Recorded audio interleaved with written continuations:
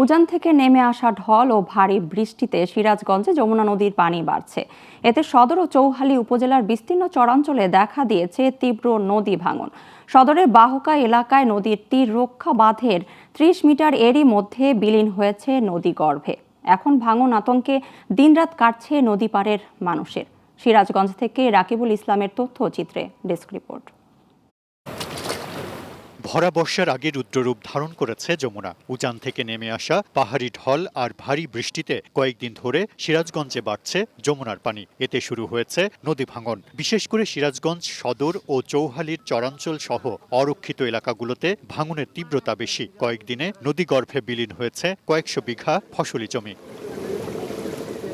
গত ৩ দিনে সদর উপজেলার বাহুকা এলাকায় নদীর তীর রক্ষা বাঁধের প্রায় ৩০ মিটার বিলীন হয়ে গেছে। ভাঙনের মুখে রয়েছে বাহুকা, ইটালি, গজারিয়া, ভেওয়ামারা সহ বেশ কয়েকটি গ্রাম। ভাঙন রোধে দ্রুত কার্যকর পদক্ষেপ নেওয়ার দাবি স্থানীয়দের। এই যে কালকাতান যে ভাঙন আরম্ভ হয়েছে ৫০-৬০ ফুট ভেঙে গেছে আরে পাশে। এই গ্রামটা যদি নদী বিলীন হয়ে যায় তাহলে এই এলাকার লোকের জন্য অনেক কর্মসংস্থানের ক্ষতি হয়ে যাবে এবং ফসলি জমি যদি ভেঙে যায় তাহলে এলাকার অনেক লোক ঘর বাড়ি হারে নিঃস্ব হয়ে যাবে। বাহুকা, ইটালি,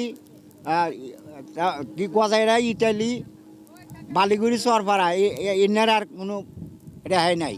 আমাদের এই এলাকার মানুষের দুর্দিন চিন্তা করে আমাদেরকে এই নদী থেকে রক্ষা করার জন্য আমি এই এলাকাবাসীর পক্ষ থেকে সরকারের কাছে সবিনয় আবেদন করছি। পানি উন্নয়ন বোর্ড জানায়, ঝুঁকিপূর্ণ স্থানগুলোতে জরুরি ভিত্তিতে জিও ব্যাগ ফেলে ভাঙন নিয়ন্ত্রণের চেষ্টা করা হচ্ছে। জিও ব্যাগ ফেলে আমরা ভাঙনগুলো তাৎক্ষণিক কার্যক্রম করতেছি এবং ভাঙন কন্ট্রোলে আছে।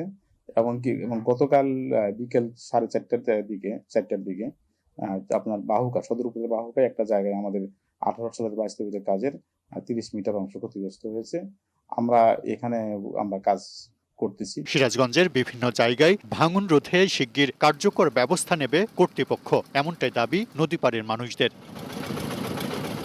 Global television news desk.